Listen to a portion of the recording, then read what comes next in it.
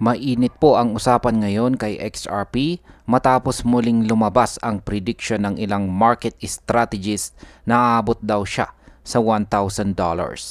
Pero ang malaking tanong, kailan nga ba ito mangyayari? May mga nagsasabing maaga pa lang sa 2026 posibleng mangyari. Pero may iba rin na mas conservative at sinasabing tatagal pa ng ilang dekada bago po makamit ni XRP ang presyong ito. Kaya ayan po ang siyang ating pag-uusapan sa video na ito. Pero bago po tayo magpatuloy ay pakibasa na lamang po muna ang disclaimer dito po sa ibaba ng ating screen. Ayan, ano po ba ang kasalukuyang kondisyon ni XRP? Kamakailan lang ay umakyat po sa XRP sa kanyang yearly high na $3.66 bago po siya bumalik muli sa $3 na price range. Yan, ang pagbaba na ito ay hindi lang dahil sa kanya, kundi dahil na rin sa pangkalahatang kahinaan ng crypto market or global weakness ng crypto market. Kaya sa short term, hindi po ganun ka-stable ang galaw na XRP. Kaya ang market impact po nito ay maaaring manatiling volatile ang presyo at maging sensitive po sa mga balita lalo na tungkol sa regulation at saka adoption. Ngayon ay bakit po ba sinasabi ng iba na aabot sa XRP sa $1,000? Yan, may tweet po rito si Ginong Armando Pantoja. Sabi niya, XRP will eventually hit $1,000 but not tomorrow and not soon. BTC took 8 years to sustain above $1,000. The lawsuit held XRP down. It's like we are starting from the scratch.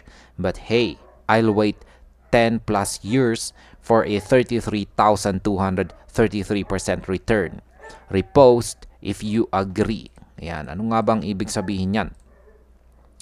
Sa mga hindi po nakakakilala ay itong si Ginong Armando Pantoja ay isa po siyang kilalang crypto investor at saka commentator.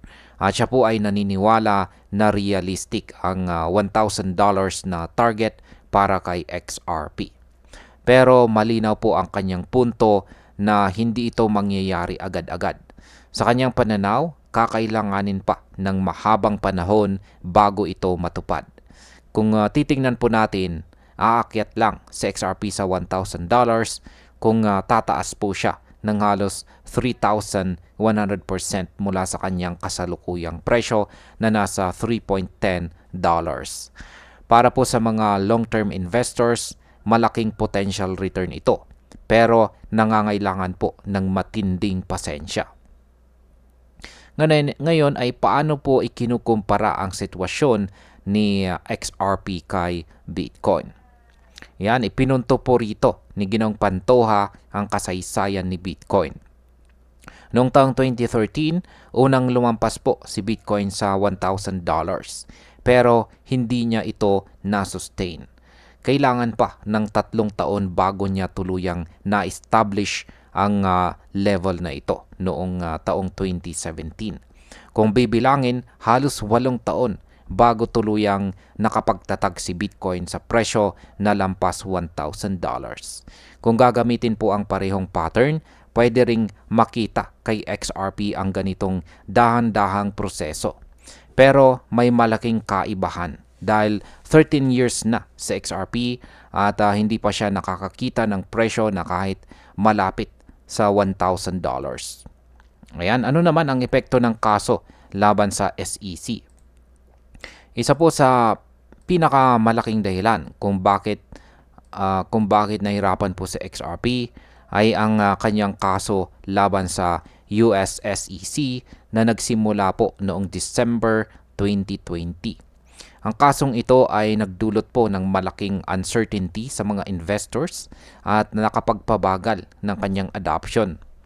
Ngayon na malapit ng dahil ngayon na tapos na po ang kanyang legal na laban, nagiging mas optimistic po ang mga analyst.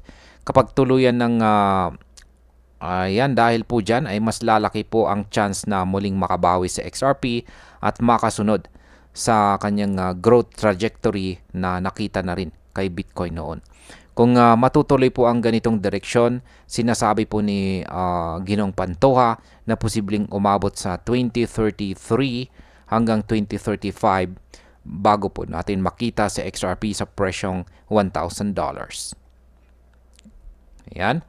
At bilang panghuli, ang opinion ko naman tungkol dito ay posible po ang $1,000 na price target, pero malinaw na hindi ito mangyayari sa maikling panahon lamang. Ang pinaka-importante po dito ay ang patience at ang long-term perspective.